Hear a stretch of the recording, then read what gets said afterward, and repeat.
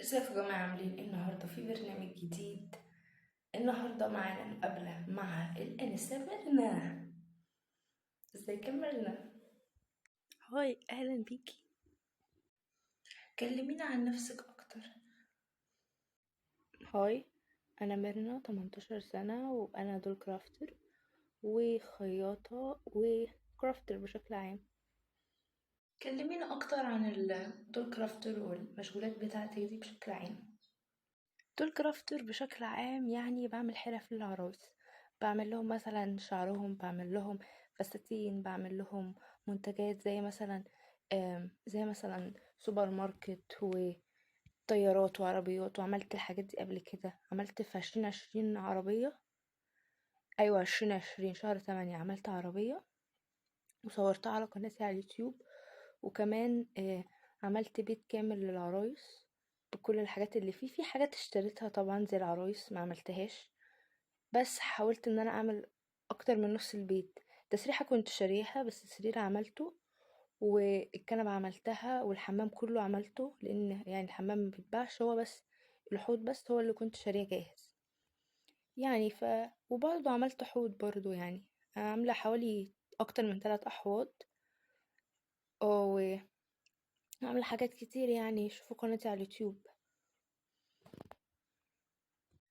جميل قوي. الموضوع ده بدأ عندك من امتى؟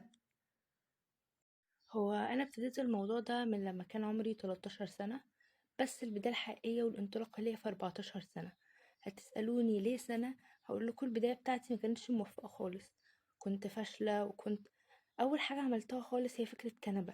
ما كانش عندي مسدس شمع، وكنت بلزق بكلة او لزق كده ضعيف.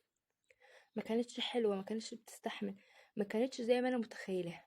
بعد كده بقيت اشوف على النت فيديوهات دول كرافتر وحاجات زي كده، وبقيت انا اضيف عليها لمساتي وافكاري لحد ما بقيت احسن من القنوات اللي كنت بتفرج عليها. وكمان اتمرنت كتير وعملت كتير، وهي اكيد يعني ما جتليش من اول مره. ومثلا انا دي ما كانتش ناجحه. ليه دي ما كانتش ناجحه؟ كان فيها كذا وكذا وكذا. قلت خلاص اصلح كذا وكذا كذا بان انا اعمل كذا وكذا كذا. طبعا مش هقول ايه كذا وكذا ده عشان اسرار المهنه.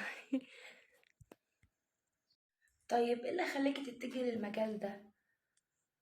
اللي خلاني اتجه للمجال ده هو كده، شفت حاجه على النت قلت اعملها. هو يعني النت على الايام لما كنت 13 سنه ما كانش بالقوه دي دلوقتي، بس كان يعني في حاجات عظيمه جدا. كان في ورد وخياطه وكده، وانا يعني الحاجات دي لما بشوفتها سحرت بيها. وبعدين حاجات سهله وجميله وانا عارفه ابدع فيها، ودي موهبه ربنا حطها لي.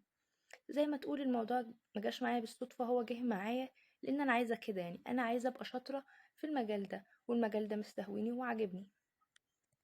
في أي صعوبات واجهتك في المجال ده؟ سواء صعوبات مادية، حد كان معترض كده يعني؟ الصعوبات المادية لو بتتكلمي عنها، فهو مثلا أنا عايزة أشتري مثلا يعني كوافير مثلا، مش كوافير حقيقي، لأ كوافير للعرايس. هروح حقعلي يجي 400 300، آخري 200. يعني ده أقل حاجة 200. طيب لو أنا جبت كرتون وجبت لزق وجبت مثلا خط ستان وجبت مثلا ورق تغليف وحاجات زي دي، مش هتعدي التكلفة 70 جنيه. لو جبت خرز، الخرز قولي ب20 جنيه. يعني هتبقى أقل من اللي أنا كنت هشتريه جاهز. وكمان بفكرتي، عايزة مثلا مش عايزة التسريحة على شكل مربع، عايزة التسريحة على شكل قلب، هقصها أنا على شكل قلب. أحط مراية حقيقية من عندي. مثلا ما عنديش مراية حقيقية، أحط ورق فويل اللي بنحط بيه الأكل ده، ألزقه كأنه مراية. وفي إبداعات كتير، وممكن أحط خيالي وأحط ألواني، وده أحسن بكتير. في الصعوبات المادية ماشي، انت هتدفعي فلوس كتير، بس لو اشتريتي جاهز هتدفعي فلوس أكتر. ناس ممكن يقولوا الجاهز بيكون حرفي أكتر وكده. هقولكوا بالنسبة لي لأ.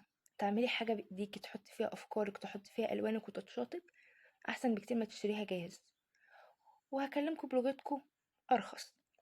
بس بالنسبة للتنمر، هو أهلي مش ممانعين عن الموضوع، هما بس أهلي ممانعين على حاجة واحدة بس، وهو إن أنا أخد مساحة كبيرة في الشقة.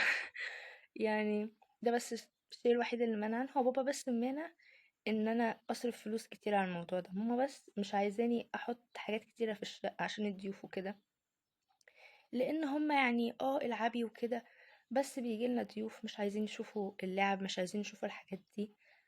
م- عشان الحسد وعشان دي حاجة طفولية شوية، والمجال ده مش منتشر في الوطن العربي. الناس يشوفوه دي حاجة طفولية، فن وكده، بس حاجة طفولية. هقول لكم، محدش بيكبر على اللعب ومحدش بيكبر على الانبساط خالص. وبعدين موضوع مش مكلف ومش بياخد من وقت كتير، وانا بعمل حاجة بحبها. ماشي. ده بالنسبة للتنمر، قصدي ده بالنسبة للأهل المنعين ولا لأ. بس بالنسبة لموضوع التنمر، الرسول اتعرض للتنمر، يسوع اتعرض للتنمر، كل الناس العظماء كلهم، كل الناس بيتعرضوا للتنمر، حتى الطفل بيتعرض للتنمر من طفل آخر، وكذلك الطفلة والطفل. فأكيد يعني أنا اتعرضت للتنمر. أنا من وأنا في المدرسة كنت مثلا بعمل حاجة أوريها لزمايلي وكده، كانوا في الأول بيقولوا لي حلو كده، بس بعد كده لقيتهم بيضحكوا عليا وبيضايقوني وبيقولوا لي يا طفلة، كانوا بيتنمروا عليا وكنت بعيط. أكيد يعني، بس هو أنا بعد كده اتعلمت إن أخبي ومقولش لحد، عشان ما يتنمروش عليا، وعشان كمان الحسد، والعين طبعا ما بتكرهش غير اللي أحسن منها. وكلنا بنتعرض للتنمر. أنا مثلا حرفيا كنت ماشية في الشارع، في واحدة شتمتني وقالت لي يا هبلة وانا معرفهاش، بصت لي كده قالت لي يا هبلة. حرفيا اتعرضت للتنمر من ولا حاجة، ماشية في الشارع حرفيا. فيعني ممكن تعمل حاجة او ما تعمليش حاجة، بس تتعرضي للتنمر. اتعرضت للتنمر، ولحد دلوقتي في الكلية بتعرض للتنمر. بس انا اتعلمت ردود الفعل، واتعلمت اني ارد بأدب واحترام، واللي مش عاجبه اي حاجة مني، لو انا غلطانة بعتذر، لو هو اللي غلطان بتجنبه وببعد عنه وما بردش عليه كأنه هو طاير، او ما بردش عليها. فحكاية التنمر هو بزعل بتضايق، ساعات بعيط، ساعات كتير بعيط، لحد دلوقتي بعيط ونفسيتي هشة. بس مع الوقت بكبر، ومع الوقت بتعالج، ومع الوقت بتعالج نفسيا من الموضوع لوحدي كده، تشافي ذاتي. ومع الوقت بنسى يعني.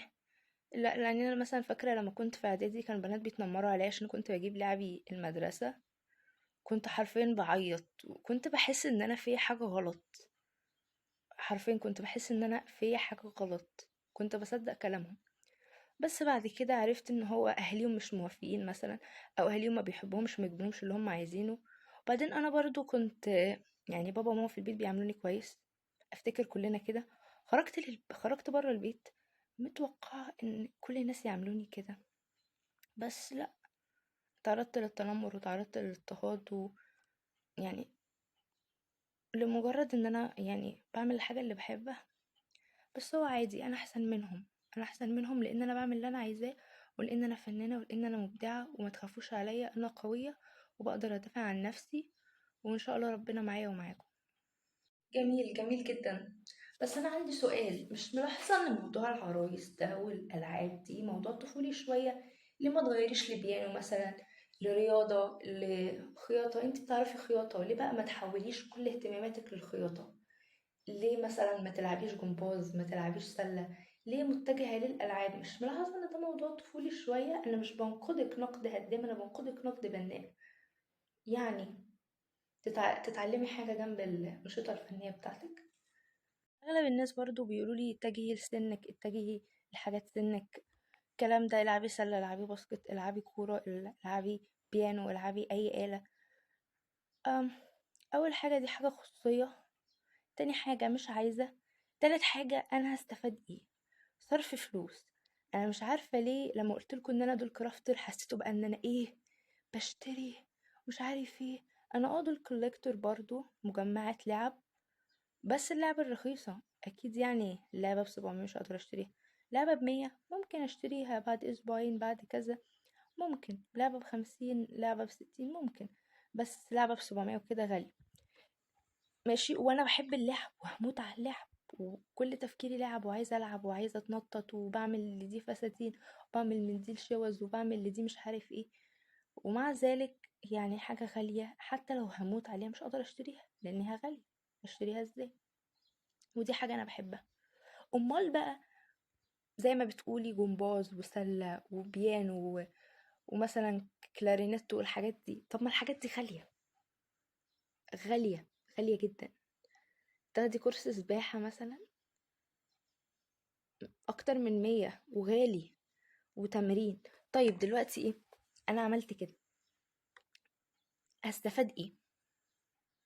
لعبت رياضة، تقولي لي الرياضة مفيدة وكده، صرف فلوس، ومن وجهة نظري يعني صرف فلوس وملهاش لازمة، واصلا اهلي مش هيوافقوا، فانا تعب نفسي ليه؟ هتقولي لي الرياضة، انا بتمشى كل يوم للكلية، انا بتمشى كل يوم وبعمل رياضة كل يوم، رياضة المشي، اجي مثلا اروح على اول الشارع اشتري الخضار وارجع، دي رياضة. ناس هيضحكوا عليا، ناس هيتنمروا عليا بكلامي، هقول لكم دي الحياة الواقعية مش خيال. الخيال بقى، العب سباحة، العب سلة، العب باليه. جماعة، الفلوس محدودة، قدروا كده. انا مش غنية، انا باين على اني غنية، انا مش غنية، انا متوسطة، انا زي اي واحدة مصرية عادية، بشتري الحاجات الرخيصة وبتجنب الحاجات الغالية. البيانو ده الرياضة، البيانو ده انا هستفاد ايه؟ هستفاد ايه دلوقتي لما العب بيانو؟ مش هستفاد حاجة، صرف فلوس. هل هشتغل مثلا؟ هل لما هلعب رياضة هشتغل مثلا في الرياضة؟ يا جماعة قالوا، يا جماعة قالوا الكلام، هتقولوا لا دي اتجاهات من. يا جماعة أنا يعني بعمل اللي أنا عايزاه، مجتمع يقول كذا، المجتمع يقول كذا، أنا بس بمشي في حدود الأدب وكده، ما بعملش حاجة غلط. طيب بالنسبة للخياطة، إن شاء الله الأجازة الجاية إن شاء الله لو ربنا أراد هتعلم الخياطة، بس هل هسيب مجال الألعاب ومجال الفنية؟ لا. طيب دلوقتي الأعمال اليدوية اللي أنا بعملها ممكن تتباع والناس كلهم هيتهافتوا عليها، هتقولوا لي هتبيعها بغالي كده، اقول لكم لا. يعني دلوقتي مثلا حتى لو الموضوع ما فادش غيري هيفيدني انا، هوفر فلوس انا، هعمل اللي بحبه انا. فممكن ناس يقولوا لي دي البنات اللي بيعملوها في سنك. عايزه اقول لكم البنات اللي في سني ما بيعملوش حاجه غير ان هم يقعدوا في البيت على الفيسبوك وعلى الانستجرام، لان احنا مصريين، احنا مش اجانب، احنا مش اجانب، الفلوس مش بتنزل مع المطر. يا جماعه هي مش حكايه ازمه ماديه والله، انا مش فقيره خالص، هي مش، ولا حكايه ان اهلي مش هيوافقوا، اصلا كده كده اهلي مش هيوافقوا على الحاجات دي عشان فلوس وعشان حاجات تافهه. بس انا مش عايزه اعمل كده، مش عشان حد قال لي اعملي كذا، لا. ممكن لو جالي منحه ببلاش مثلا، العب ده ببلاش او ده ببلاش، حاجه ببلاش، ابو بلاش كتر منه، احنا عندنا كده في مصر وانا مصريه. ماشي. والخياطة انا بعرف اخيط، اوريدي بخيط فساتين للالعاب، واوريدي بخيط دباديب، ونزلت فيديو على قناتي وانا عملت عرايس، وقبل كده 2018 عملت برضو دبدوب مستر بين. ويعني شغالة في الخياطة قوي، بس هل هتجي للخياطة بس واسيب الالعاب؟ لا، هيكونوا الاتنين مع بعض. ويعني طيب، يعني انا عندي سؤال للمذيعة دلوقتي، مثلا ايه هي الحاجة اللي تتوقعي ان بنت عندها 18 سنة مصرية متوسطة انها تعملها؟ انا ولا هقدر اسافر ولا هقدر اشتري حاجات كتير، ومش هقدر اعمل حاجة، فاهمين؟ أنا أتوقع البنت اللي في سنك المفروض تهتم بمظهرها، مثلا تخطب تتجوز كده، يعني تهتم بالطبيخ، حاجات زي كده، حاجات بنات تهتمي مثلا. مش مهم مكياج، انت بتكرهي المكياج وفلوس كتير، ملابس، ليه ما تتجيش للحاجات دي بناتي اكتر ولاقي على سنك اكتر. هقولك تاني، المشاكل المادية. تاني حاجة، انا لسه صغيرة، لسه 18 سنة، ولا مكياج ولا ملابس ولا شنط ولا ارتباط. وبعدين احنا في مصر، شنطة 300، شنطة 100، شنطة الصغيرة 100. الشنط غالية جدا جدا جدا في مصر وبتبوظ، والملابس برضو غالية وبتبوظ. وبعدين ما تقلقيش، انا كده كده كل يوم بلبس لبس جديد، يعني مش فاشونيستا ومش عايزة ابقى فاشونيستا، عايزة ابعد عن الموضوع ده. ماشي. فهو حكاية الموضوع مادية. بالنسبة للارتباط، انا لسه 18 سنة، هتقولي اخطب وكده، مفكرش في الموضوع ده خالص، انا لسه بنت صغيرة. اما بالنسبة ليا، انا مش مستعرية في المجال اللي انا خدته ده، بالعكس ده مجال نادر، هو مش مطلوب لان هو مش معروف، وغير كده انا فنانة وبعمل اللي انا بحبه، وده هو منتهى الانبساط بتاعي. وبعدين يعني عايزة اقول لحضرتك حاجة برضو وللجمهور، انا بعمل اللي انا بحبه وده المهم، وهو مش مكلف، مش زي ما انتوا فاكرين. عروسة 20 جنيه، عروسة هتوصل لكام؟ عروسة هتوصل لكام ما بين بقى الملابس والشنط والحاجات دي؟ هي مش حكاية ماديات برضو. انا يعني عايشة في أسرة وحد هو اللي بيصرف عليا، فما ينفعش اتقل عليه. وغير كده عندي اخوات، وغير ما انا عندي اخوات في مسؤوليات، وانا مدركة للموضوع ده. وبعدين يعني حتى لو انا اللي اتجهت للمجالات اللي انتوا عايزين اتجه ليها، هتعرض للتنمر برضه. يعني مهما عملت هتعرض للتنمر. زي ما قلت لكم، الرسول اتعرض للتنمر، يسوع اتعرض للتنمر، الانبياء اتعرضوا للتنمر، كل الناس اتعرضوا للتنمر. كلهم، كلهم. حتى ألبرت اينشتاين اتعرض للتنمر. كلهم اتعرضوا للتنمر. انا قلت لكم ممكن اكون ماشيه في الشارع حد يشتمني. تنمر. مثلا ماشيه في الشارع حد يقول لي يا تخينه وهو ما يعرفنيش، ناس هتقوله ده جنون، بس هقول لكم ده اللي بيحصل في مصر. وانا ماشيه في الشارع اتعاكس، وانا ماشيه اي حاجه ممكن تحصل. مثلا منزله صورتي على النت، ناس يقولوا ايه ده، دي وحشه قوي، هي فاكره نفسها ايه. وناس ما اعرفهمش، وناس ما اعرفهمش. أم انا مش متضايقه من المجال بتاعي. سالوا الناس الكبار في السن ايه اكبر ندم ندمتوا عليه. هيقولوا لو كنا رجعنا بالزمن كنا عملنا اللي احنا عايزينه. يعني واحده كانت مثلا عايزه تسافر اوروبا، اهلها قالوا لها لا. لو رجع بيها الزمن وكان معاها فلوس كانت تسافر تاني، ما كانش هتهتم لكلام حد. واحد عجوز مثلا كان نفسه يتجوز واحده، بس كان المجتمع معترض على الواحده اللي هو عايز يتجوزها دي.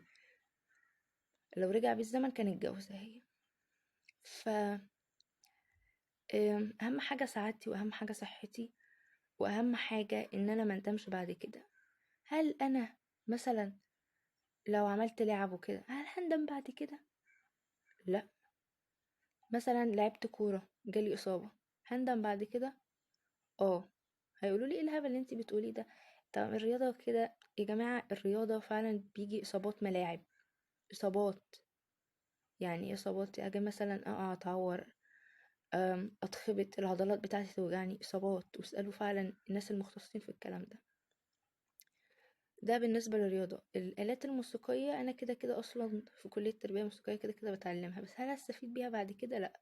هي أي كلية والسلام. ليه ما دخلتش تربية فنية؟ ما دخلتش تربية فنية علشان المصاريف كتيرة قوي. تربية موسيقية الآلات متوفرة في المكان، أما بالنسبة للأدوات الفنية أنا هشتريها، وهي غالية جدا، علبة ألوان بأكتر من 200 جنيه. أنا مش متضايقة من الموضوع ده خالص. لا، هو ربنا بيختار الصالح وربنا موجود. وانا مش متضايقه خالص لو تعرضت للتنمر ولا اي حاجه. اهم حاجه اعمل اللي انا عايزه. هتقولي انتي بتكرري الكلام، هقول لكم عشان الكلام يثبت عني، يكون الكلام ثابت.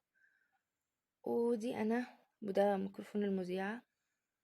شكرا لكم، والى اللقاء في حلقه اخرى. لو حابين السلسله دي هستمر فيها، وممكن تسالوني اي اسئله. واللي عايز سلسلة أقل من 50 جنيه أنا ابتديت أشتغل فيها، لأن الأوضاع في مصر محتاجة حد يوفر، ومحتاجين برضو حاجة يعني تسلينا، وحاجات مشغولات ومشاريع برضو، حاجات لو عملت تنفع مشاريع. وشكرا لكم على المشاهدة، وفي لقاء آخر مع برنامج، مش عارفة اسمي البرنامج ايه، اكتبوا لي في التعليقات عايزينه يتسمى ايه. شكرا لكم.